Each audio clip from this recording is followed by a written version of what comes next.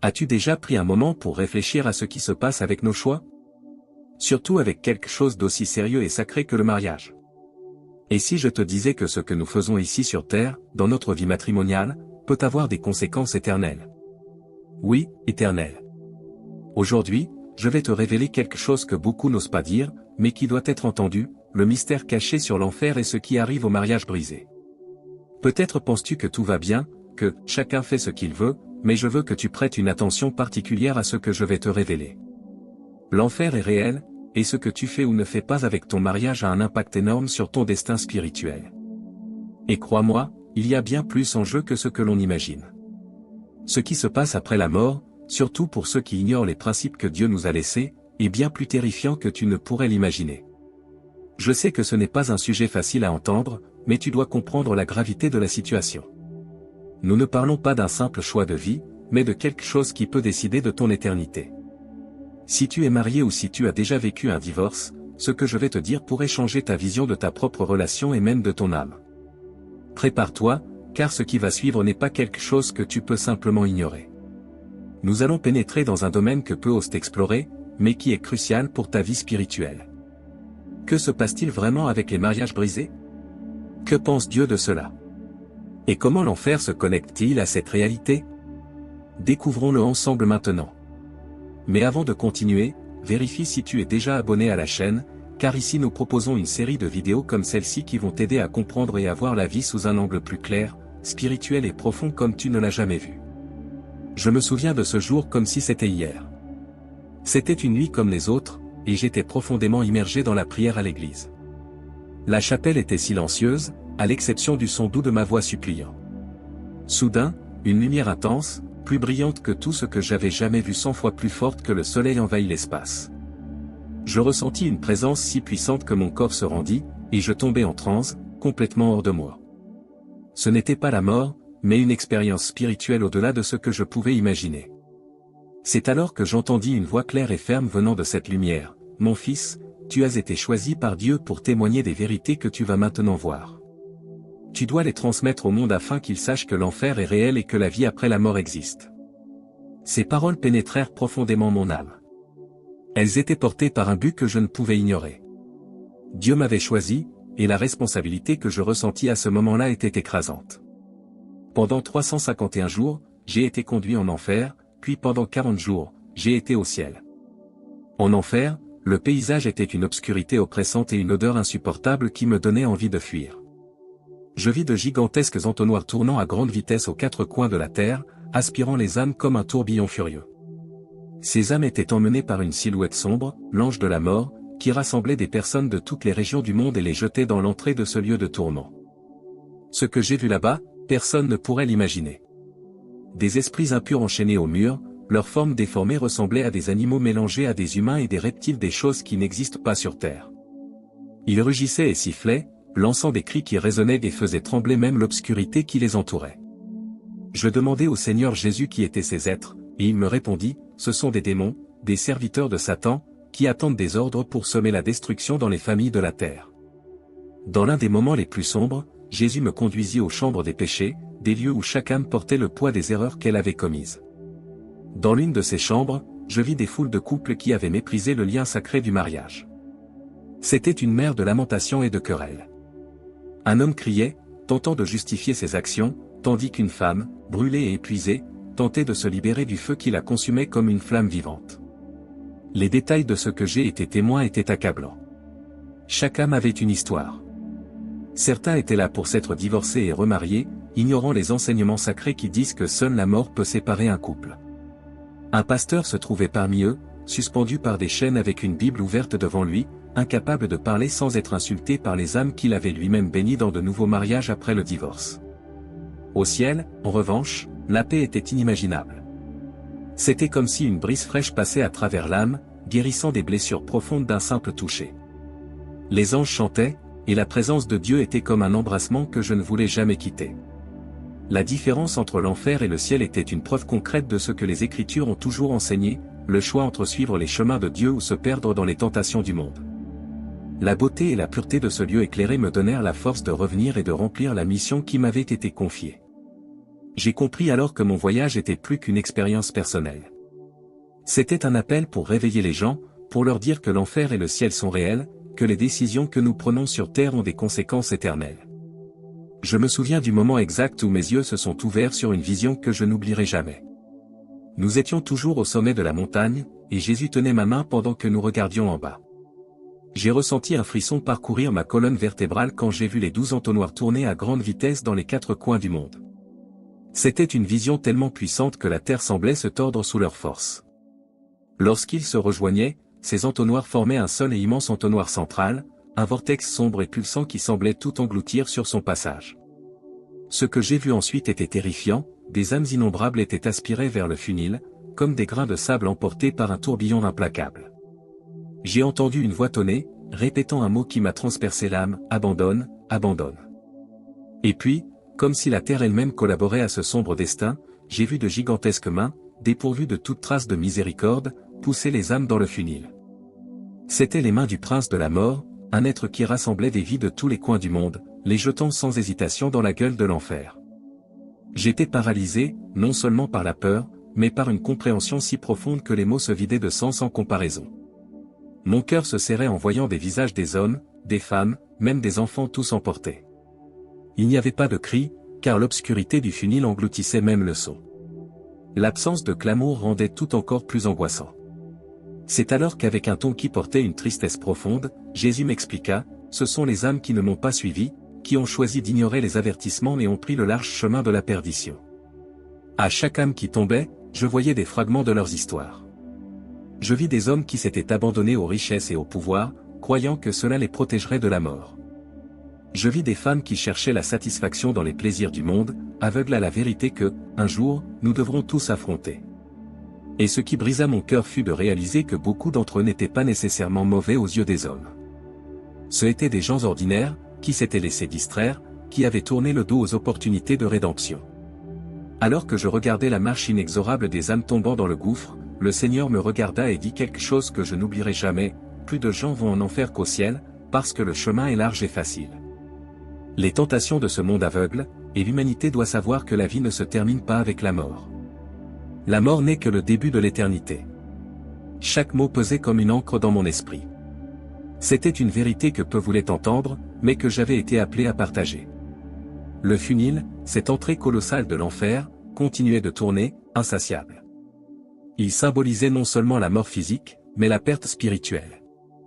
Les mains qui poussaient les âmes représentaient plus qu'un prince, elles étaient la conséquence des choix de chacun.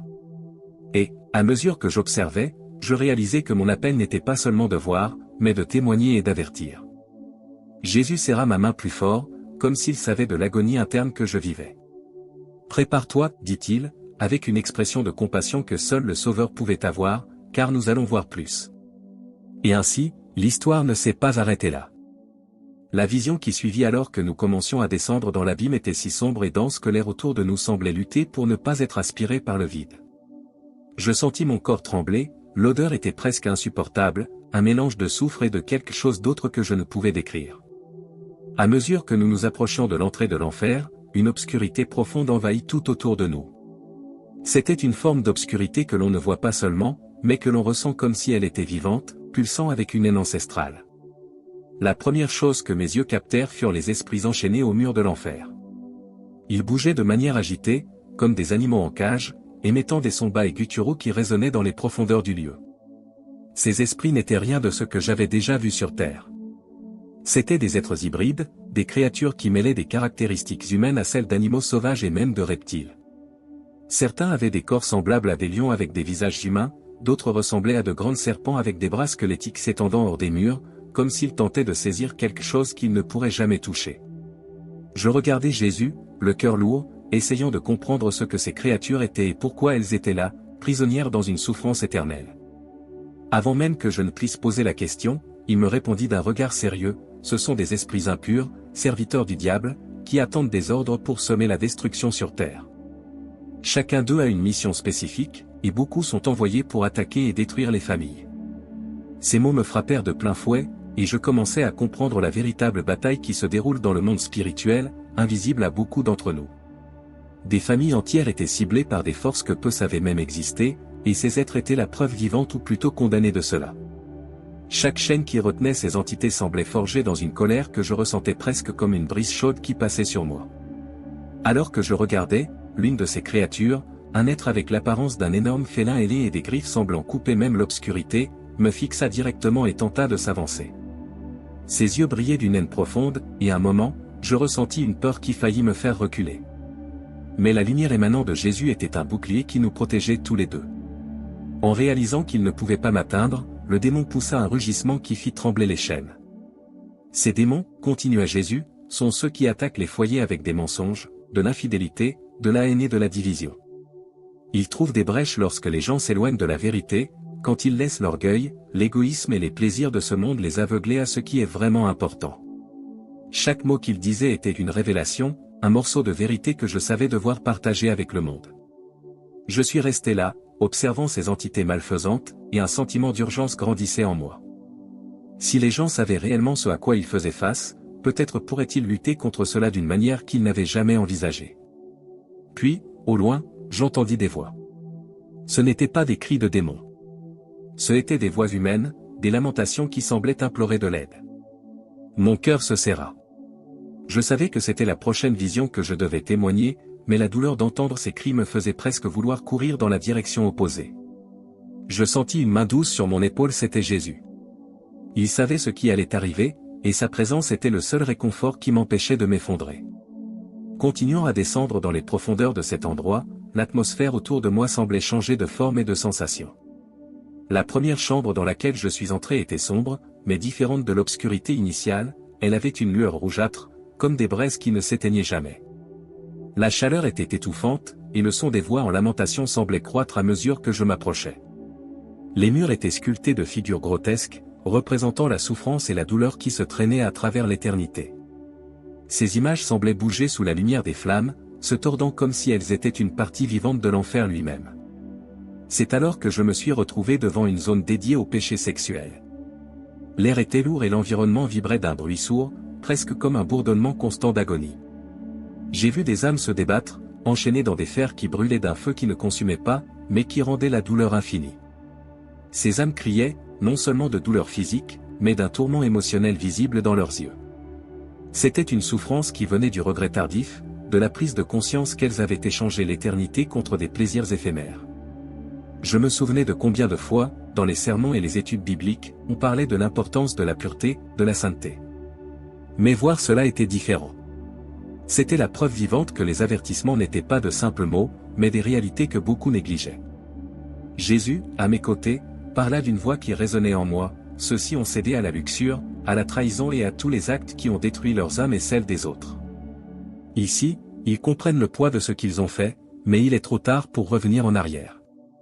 Nous avançâmes vers une autre chambre, et cette fois ce que je vis brisa mon cœur d'une manière que je n'avais jamais imaginée. C'était une zone dédiée au mariage brisé, et là, la douleur était presque tangible.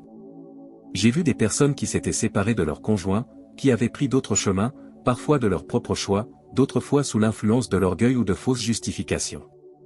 Ils étaient entourés d'ombres représentant des promesses brisées et des vœux oubliés. Ces ombres semblaient parler, murmurant des souvenirs et des moments qui avaient détruit des familles. Les lamentations étaient différentes ici, elles étaient plus profondes, marquées par une tristesse qui dépassait le simple regret. Et, parmi eux, j'ai vu un groupe spécifique, ceux qui s'étaient remariés après un divorce, sans tenir compte des paroles de Jésus sur l'adultère. Leurs expressions montraient une reconnaissance amère, comme s'ils revivaient chaque décision, chaque choix qui les avait conduits jusqu'ici. Jésus me regarda, et ses yeux montraient autant de tristesse que de justice. Je les ai avertis. J'ai donné à chacun la chance de comprendre et de chercher le bon chemin. Le pardon était toujours à portée de main, mais beaucoup ont préféré suivre leurs propres désirs. Les mots résonnaient dans l'espace, mais ce qui m'impacta le plus, c'était l'expression de regret dans les âmes devant nous. C'était un témoignage que la négligence et le choix conscient pouvaient mener à une éternité de conséquences. Alors que nous nous préparions à avancer, je sentis qu'une leçon claire se formait dans mon esprit: le mariage était un pacte sacré, et la manière dont nous le traitons pouvait être l'un des plus grands témoignages de notre fidélité à Dieu ou la chute la plus dévastatrice. Quand je regardais Jésus, la tristesse dans ses yeux semblait infinie, mais avec cela il y avait une compassion incompréhensible. Je ressentis le besoin de demander: Seigneur, comment se fait-il que tant ne t'écoute pas, que tant méprise tes paroles et marche aveuglément vers ce destin? Il répondit d'une voix douce, mais ferme, parce qu'ils choisissent d'endurcir leur cœur, et beaucoup préfèrent le chemin facile et large.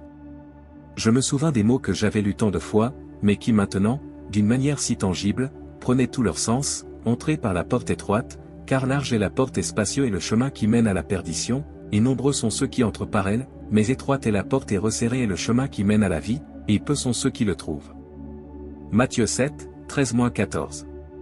Chaque âme que je voyais était un rappel vivant que ce passage n'était pas simplement un avertissement symbolique. C'était un véritable avertissement, un appel urgent à se réveiller et à choisir sagement avant qu'il ne soit trop tard. Le poids de ce que j'avais été témoin était accablant, mais je sentais que cette expérience avait un but plus grand. Je devais voir pour pouvoir parler, pour pouvoir avertir.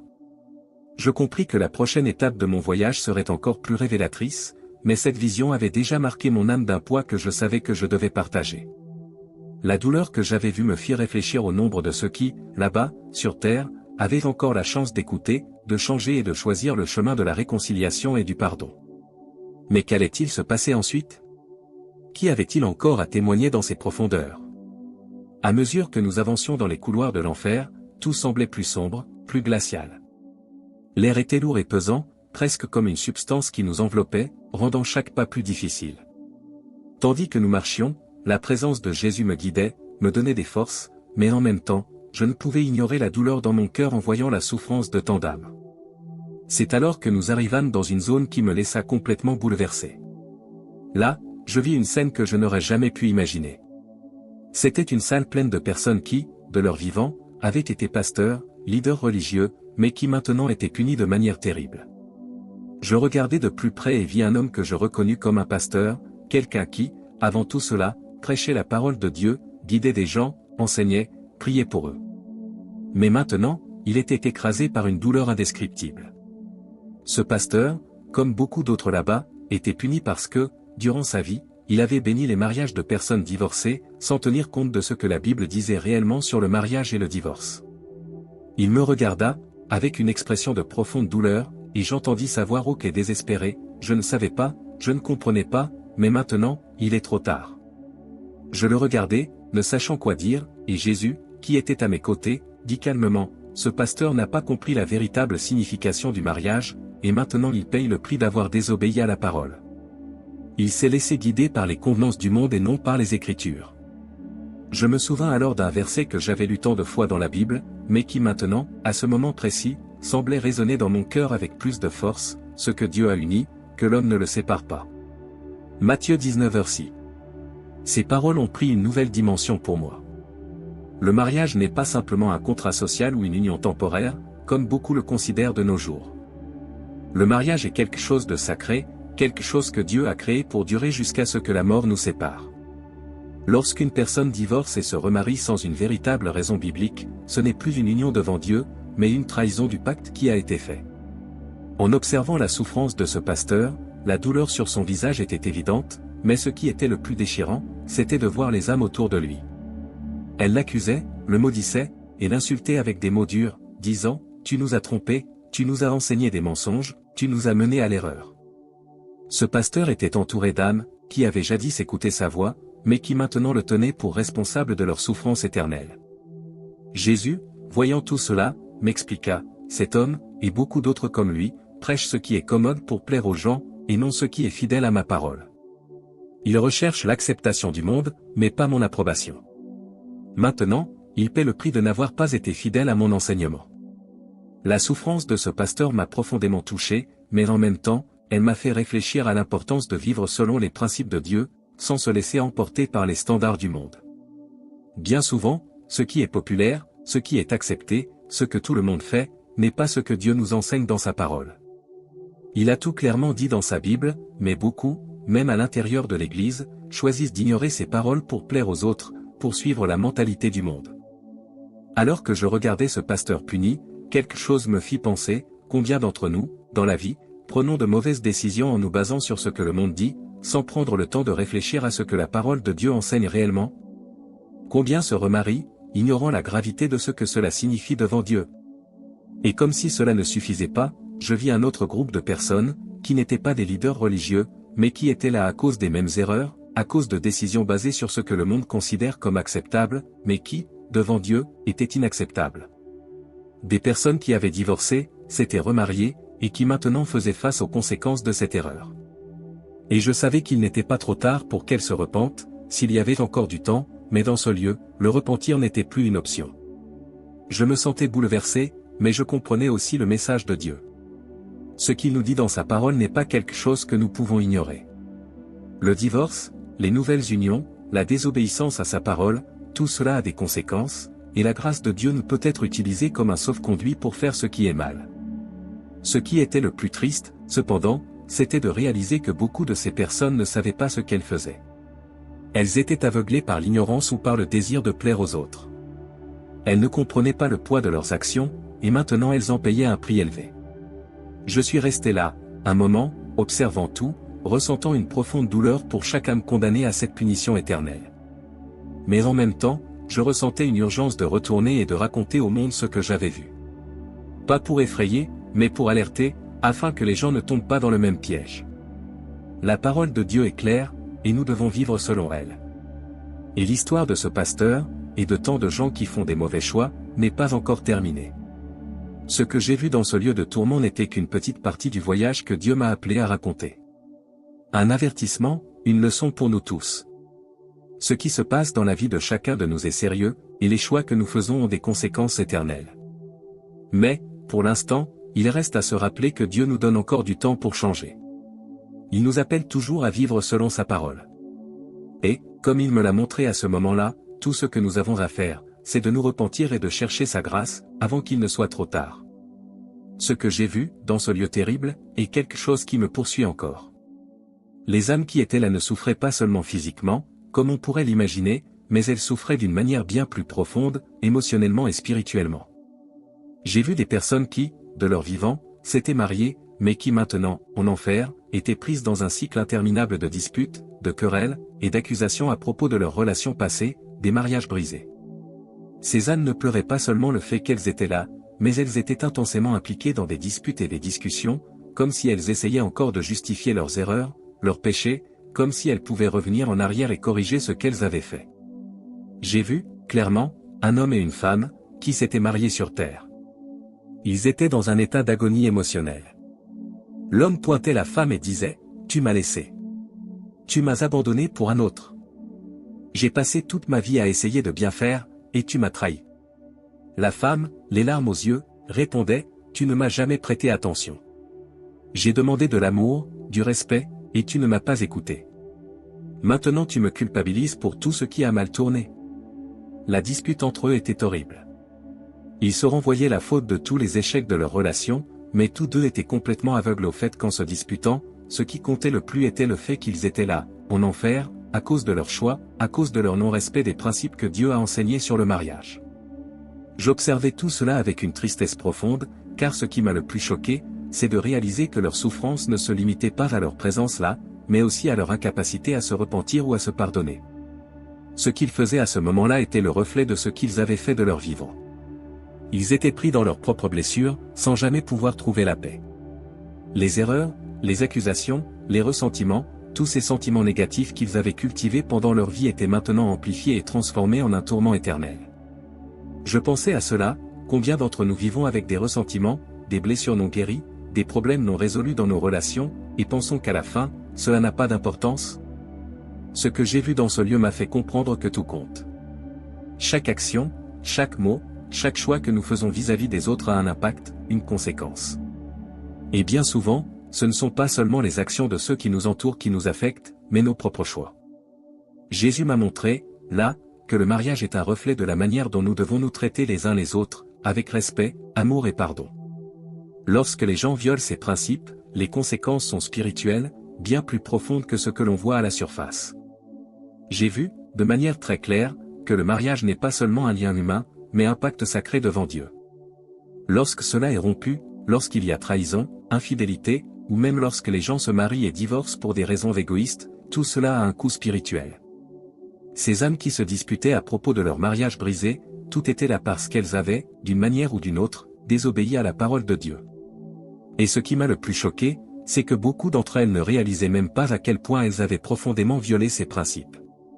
Elles étaient là, à se disputer sans fin, sans comprendre que la véritable guérison pour leurs âmes ne viendrait que si elles s'étaient sincèrement repenties lorsqu'elles étaient encore sur terre. Mais là, en enfer, le repentir n'avait plus d'effet. J'ai vu encore plus de scènes comme celle-ci, chacune plus douloureuse que la précédente. Et ce qui était le plus triste, c'était de constater qu'en de nombreux cas, ces âmes étaient tellement absorbées par leurs propres ressentiments qu'elles ne remarquaient même pas la souffrance des autres. Elles étaient dans un cycle de disputes interminables, sans fin, ce qui n'a fait qu'augmenter leur tourment. Les fantômes de leurs relations passées se manifestaient dans des discussions qui semblaient ne jamais se terminer. Le repentir qu'elles auraient pu avoir dans cette vie était désormais inatteignable. Tout à coup, une autre âme s'approcha de moi. C'était une femme, les yeux rouges d'avoir pleuré, et elle se tourna vers moi en disant, d'une voix brisée, « Je regrette tellement, tellement. Mais maintenant, c'est trop tard. » Elle s'agenouilla, comme si elle essayait de me demander pardon, puis elle parla de son mariage, qu'elle pensait être parfait, mais qui s'était effondré à cause du manque de pardon, du manque de communication, et de l'indifférence que son mari et elle avaient permis de grandir entre eux. Je me sentis profondément touché par ces paroles. Je savais qu'au fond d'elle, elle commençait à comprendre où tout avait mal tourné. Et Jésus, à ce moment-là, me dit, le pardon est la clé de la restauration. Mais beaucoup ne cherchent jamais le pardon, même dans la vie, et c'est pourquoi ils font face à cette douleur éternelle. Tout cela me fit réfléchir. Combien de personnes aujourd'hui, en vie, sont enfermées dans une prison de blessures non résolues, de colère non libérée, de péchés ignorés? Chaque dispute, chaque malentendu, chaque chose non pardonnée est une blessure qui grandit et ronge de l'intérieur. Et, lorsque nous ne soignons pas ces blessures alors que nous sommes vivants, les conséquences peuvent être bien plus graves que nous ne l'imaginons. Je compris alors que, comme le verset nous l'enseigne, parce que, si vous pardonnez aux hommes leurs offenses, votre Père Céleste vous pardonnera aussi. Matthieu 6h14. Pardonner n'est pas seulement une question de paix ici sur terre, mais une question de salut et de vivre selon les principes que Dieu nous a donnés. Le pardon est la clé pour ne pas rester pris dans le même cycle de rancœur et de ressentiment. Cependant, j'ai aussi vu ce qui arrive lorsque ce pardon est refusé, et les conséquences de ne pas pardonner peuvent être dévastatrices. Ce que j'ai vu en rapport avec les leaders religieux m'a complètement choqué. Cela m'a permis de comprendre une profondeur que je n'avais jamais imaginée auparavant. Pendant mon voyage, alors qu'on m'emmenait en enfer, j'ai été témoin de la condamnation de pasteurs et de leaders spirituels qui, au lieu de conduire leur congrégation sur le chemin de la vérité, les conduisaient en réalité vers la perdition. Et la raison de leur condamnation était une erreur très grave que beaucoup d'entre nous, dans notre ignorance, ne comprenons peut-être pas complètement. Je me souviens d'avoir vu certains de ces leaders-là, enchaînés, liés par des chaînes invisibles, d'une manière qui semblait non seulement physique, mais aussi spirituelle. Ils étaient dans un état d'agonie, car le poids de leur condamnation n'était pas seulement lié au péché qu'ils avaient commis, mais aussi au fait qu'ils étaient responsables d'avoir trompé tant de gens au fil des ans. Leurs paroles, leurs doctrines erronées, leurs permissions données à des pratiques totalement contraires à la parole de Dieu, tout cela pesait maintenant sur eux de manière terrible. Les leaders religieux que j'ai vus en enfer étaient ceux qui avaient permis et même encouragé de nouvelles unions et mariages après le divorce, quelque chose que la Bible condamne clairement. Ils étaient punis pour avoir conduit leur congrégation dans l'erreur. Ce qui m'a profondément marqué, c'est que leur souffrance n'était pas seulement liée à leur propre péché personnel, mais à la culpabilité d'avoir conduit tant d'âmes à commettre la même erreur. Ce poids de culpabilité semblait être multiplié, comme s'ils étaient punis deux fois, pour avoir échoué à suivre la vérité et pour avoir échoué à corriger les autres. À un moment donné, j'ai vu un homme, probablement un pasteur, agenouillé dans une pièce sombre et froide. Il avait la tête baissée, les yeux pleins de larmes. Quand il me vit, il se mit à crier, « Je savais ce qui était mal. Je savais que je guidais les gens dans l'erreur. Mais j'ai fait ça par peur. J'avais peur de perdre mon église, de perdre les offrandes, de perdre l'acceptation des gens. Je voulais plaire aux autres, et j'ai cessé de plaire à Dieu. Maintenant, je suis ici, en train de payer le prix. » Ces mots résonnèrent profondément en moi, car ils parlaient d'une peur réelle que de nombreux leaders religieux ont, une pression que peu de gens peuvent comprendre. Lorsqu'un leader place l'acceptation des gens au-dessus de la vérité de Dieu, il ouvre une porte à une erreur encore plus grande. Et cela, malheureusement, est plus courant que nous ne voudrions l'admettre. Ils étaient là, ces pasteurs et ces leaders, vivant le tourment de savoir qu'en échouant, ils avaient conduit beaucoup de vies loin de la vérité. Et, dans leurs âmes, cela était encore plus douloureux que n'importe quelle autre punition. Je me souviens avoir entendu l'écho de leur voix, murmurant dans le désespoir, nous étions ceux qui enseignaient sur le mariage, qui conseillions les gens sur les relations, mais en même temps, nous avons permis aux gens de faire ce qui était mal. Et nous avons fait cela au nom de la compassion. Mais nous les avons trompés. La vérité sur ce qu'ils avaient fait et permis pesait sur eux comme une énorme pierre, et, plus douloureux encore, c'était le fait qu'ils ne pouvaient plus corriger l'erreur. Leur repentir n'avait plus aucune valeur à ce moment-là, car l'opportunité de se repentir était déjà passée. Ce qui restait, c'était la souffrance éternelle et la condamnation éternelle d'avoir conduit tant de vies à la perdition. Il y avait un autre leader qui attira mon attention, une femme, qui semblait être dans un état de profond repentir. Elle ne parlait pas, mais pleurait simplement dans un coin, comme si elle était dans un état de désespoir total. Un moment, elle leva la tête et murmura, « J'ai enseigné aux femmes à pardonner et à accepter les mariages à nouveau, mais je n'avais pas réalisé que je les conduisais dans l'erreur. J'ai permis à beaucoup d'entre elles de se remarier et maintenant elles sont en enfer, à cause de moi. » Ces paroles, bien que douces, étaient chargées d'une douleur indescriptible, une douleur venant de la réalité d'avoir nui à tant d'âmes. Ces leaders payaient le prix de leur manque de courage à rester fermes dans la parole de Dieu, d'avoir décidé de plaire aux hommes plutôt que d'obéir à ce qui était clairement écrit dans les Écritures. Ils avaient négligé l'appel que Dieu leur avait donné pour enseigner la vérité, et c'est pourquoi ils étaient là, punis d'une manière que je ne peux pas décrire complètement. Ce que j'ai vu, c'était la gravité de l'impact que les décisions d'un leader ont sur la vie spirituelle des autres. Une erreur de leadership peut être une erreur de vie et de mort spirituelle pour de nombreuses âmes. Je restais là, observant tout cela, réfléchissant à la gravité de la parole de Dieu et à l'importance de s'assurer que la direction spirituelle d'une église soit fermement enracinée dans la vérité. Comme les Écritures nous l'enseignent, il est de la responsabilité du leader non seulement de conduire, mais aussi de corriger quand cela est nécessaire, afin que personne ne se perde dans le mauvais chemin. Et lorsque cette responsabilité est négligée, les conséquences sont graves, non seulement pour le leader, mais pour toutes les vies qu'il influence. Dans Matthieu 18h6, Jésus nous parle clairement de la gravité de guider les autres dans l'erreur, mais quiconque fera trébucher un de ces petits qui croient en moi, il serait mieux pour lui qu'on lui attache une grande meule de moulin au cou et qu'on le jette dans les profondeurs de la mer. Ces paroles de Jésus ne m'ont jamais semblé aussi réelles qu'à ce moment-là. Pour ceux qui ont la responsabilité d'enseigner, de guider, le prix de la désobéissance à l'appel divin n'est pas seulement la souffrance personnelle, mais la douleur d'avoir causé une chute dans les âmes de ceux qui les suivent. Je suis sorti de là, de cet endroit de tourment, avec le cœur encore lourd. Ce que j'ai vu m'a fait comprendre avec une clarté douloureuse l'importance d'enseigner la parole de Dieu avec fidélité, de vivre selon les principes qu'il nous a laissés. Et la responsabilité de chaque leader n'est pas seulement envers lui-même, mais envers tous ceux qui l'influencent. Le prix de ne pas suivre la vérité, de ne pas enseigner correctement, peut être éternel. Et tant que le leader guide mal, il mène beaucoup d'âmes dans l'erreur sans même se rendre compte de la gravité de ses actions. Mais je sais aussi qu'il y a encore beaucoup plus à être montré et que la vérité sur les effets des choix de vie de chacun de nous doit être comprise, afin que nous puissions prendre des décisions qui honorent Dieu, de manière fidèle et authentique. Eh bien, nous arrivons à la fin de cette histoire, mais avant cela, j'ai remarqué que vous n'avez pas encore mis de « like » sur cette vidéo. C'est très important pour que YouTube continue de diffuser notre contenu et que nous puissions continuer à vous alerter et à vous bénir. Alors, laissez un like sur cette vidéo, c'est gratuit, merci. Continuons. Je veux terminer en partageant avec vous quelque chose de très profond qui m'a été révélé pendant cette expérience que j'ai vécue. J'ai vu de près les effets dévastateurs des mauvais choix sur la vie spirituelle des gens, en particulier lorsqu'il s'agit de mariage et de divorce. J'ai vu comment une décision apparemment simple peut avoir un impact éternel, et comment la désobéissance au principe de Dieu peut éloigner quelqu'un de lui, même si cette personne a de bonnes intentions. L'une des leçons les plus fortes que j'ai apprises a été la gravité du repentir.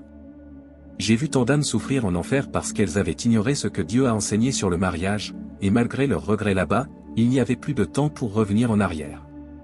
Le repentir doit être fait maintenant, tant que nous sommes en vie. Le repentir est ce qui nous sépare du chemin de la condamnation et nous rapproche de la grâce de Dieu. Nous ne pouvons pas jouer avec la sainteté, avec les principes qu'il nous a donnés. Quand j'ai vu comment les leaders religieux et les personnes ayant participé à ces nouveaux mariages payaient le prix de leur choix, j'ai compris à quel point il est essentiel de vivre une vie dans la sanctification. Ce qui nous sépare du péché, c'est la recherche constante de la sainteté et de la justice, avec un cœur pur devant Dieu. Nous ne pouvons pas simplement suivre le courant du monde et penser que tout va bien. Les conséquences spirituelles de ne pas vivre selon la parole de Dieu sont réelles et sérieuses. J'ai été profondément touché en voyant à quel point le mariage est quelque chose de sacré pour Dieu, et comment il considère l'union matrimoniale comme une représentation de son amour pour l'Église. Lorsque nous faisons quelque chose qui va à l'encontre de ce but, nous agissons contre un principe divin. Je sais que beaucoup d'entre nous affrontent des situations difficiles, peut-être même des ruptures dans nos mariages, mais nous devons comprendre que Dieu a encore un but pour nos vies, et sa grâce est suffisante pour restaurer toutes choses. Mais cela ne signifie pas que nous devons prendre des décisions erronées avec un cœur endurci, croyant que Dieu va toujours fermer les yeux. Cela nous mène à un point crucial, l'importance d'enseigner la vérité, de vivre selon les principes de la Bible, et de chercher à vivre de manière à honorer Dieu dans toutes les sphères de notre vie, y compris le mariage. Nous devons agir avec sagesse, amour, mais aussi avec fermeté dans ce que nous savons être la volonté de Dieu. Si vous regardez cette vidéo et sentez dans votre cœur que vous devez ajuster votre vie, vos relations ou votre marche avec Dieu, je vous demande de ne pas remettre cela à plus tard. Le repentir est la clé. Ne tardez plus, ne retardez pas ce qui doit être fait d'aujourd'hui. Cherchez la sanctification, cherchez à vivre de manière juste devant Dieu. Il y a le pardon, il y a la miséricorde, mais le changement commence dans notre cœur et dans nos actions. Maintenant, avant de terminer, je veux vous demander de vous abonner à la chaîne, d'activer la cloche pour ne manquer aucun contenu, et si cette vidéo a touché votre cœur d'une manière ou d'une autre, laissez un like et partagez-la avec ceux que vous aimez. Aidez à diffuser ce message, car je crois qu'il peut changer des vies. Et s'il vous plaît, laissez dans les commentaires ce que vous avez pensé de cette vidéo et ce que vous avez appris de cette expérience. Je veux vous entendre, je veux savoir comment Dieu a touché votre cœur aussi. Et n'oubliez pas, si vous n'avez pas encore vu la vidéo, Jésus aime à révéler les secrets cachés de l'obscurité en enfer. Regardez cela maintenant, je vous recommande vivement de la regarder, car là je partage d'autres révélations que Dieu m'a données et qui peuvent vous aider à mieux comprendre ce qui est en jeu sur le chemin du salut. Que Dieu vous bénisse, et que votre vie soit transformée par la vérité de sa parole.